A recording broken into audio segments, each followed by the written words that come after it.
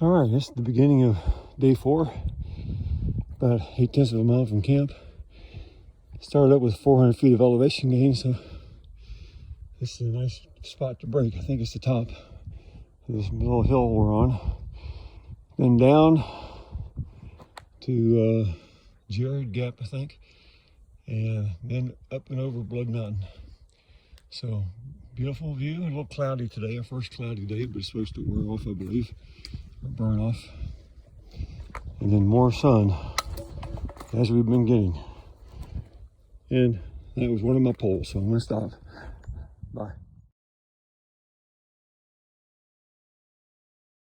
Okay, just got to Jared Gap, 2.4 miles from my camp.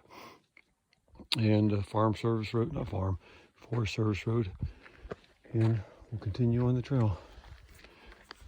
Should be heading up Blood Mountain now, and there's some additional camping sites, and in the Neal Gap in 2.5 hours or so. All right, I am about 4.5 miles from Neal Gap, where Gail is going to be meeting me, and take instead of a hostel, spend a night back in my own bed, and then back on the trail Sunday morning. I just want to talk about the Wim Hof method for a second. Surprise. That over the course of practicing the method, in fact, within the first year, as a result of 2 stress tests I had, my max VO2 had increased by 30%. And it can't have done anything but gotten better since then, more efficient and more oxygen coming into my lungs, which is helping me significantly on these hills. Today was so far the first 4.5 miles, about 1,300 feet in elevation gain in spurts. And I can just take some deep breaths while I'm going up and down. I can feel that lactic acid just kind of dissolving out of my my muscles. So it's been pretty awesome. You're looking at the trail I just came from, or getting ready to go to. I guess you can't see it, but it's just the same. But you know, a beautiful thing about this so far is every step is different. I mean, every twist, turn, up, down, all offer something different than the one before. So really enjoying the experience so far.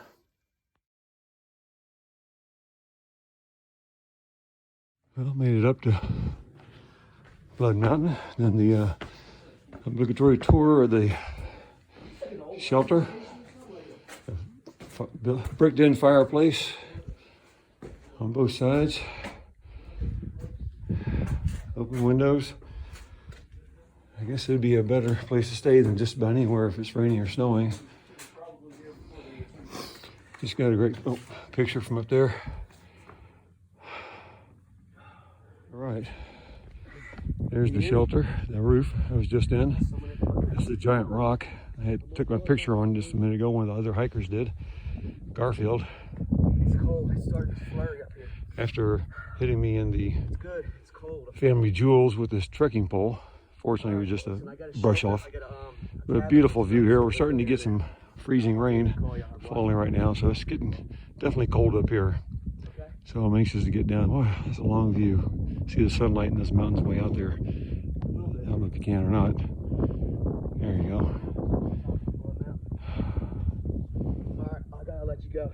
All right. Down to Neal Gap.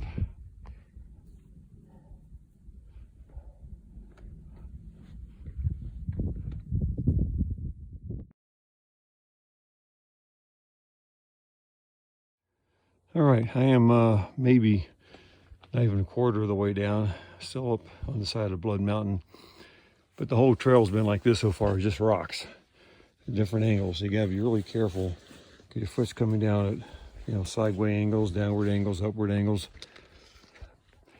You gotta make sure you don't have too much momentum going, or else you're gonna get in a bad spot. It is beautiful. It's finally got a little bit warm. It was cold up there on the mountain. I don't know what the temperature was, but had to be below 30. Had the wind blowing. Neal Gap, here I come. Okay, only about a mile to go. This is the side trail. That's where I just came from.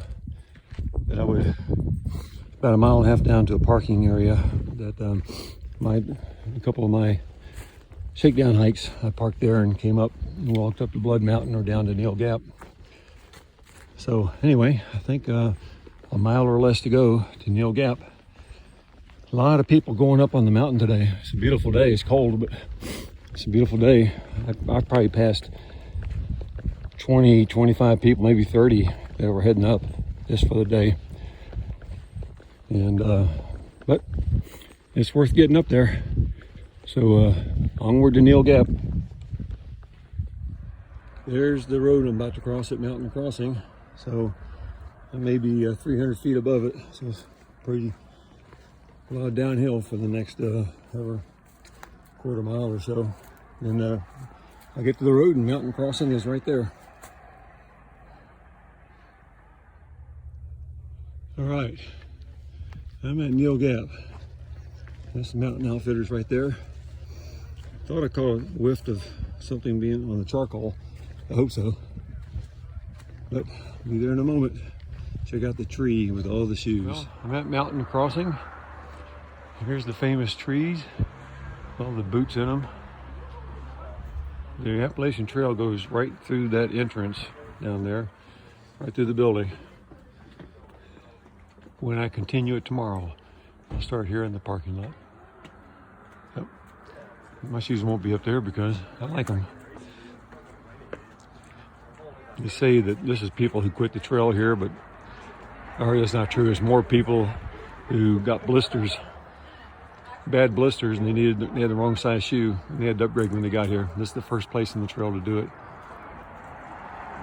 Very, very, very small version of REI, but they just did a great job of helping me size my pack or adjust it, because I wasn't getting the, it was just uncomfortable.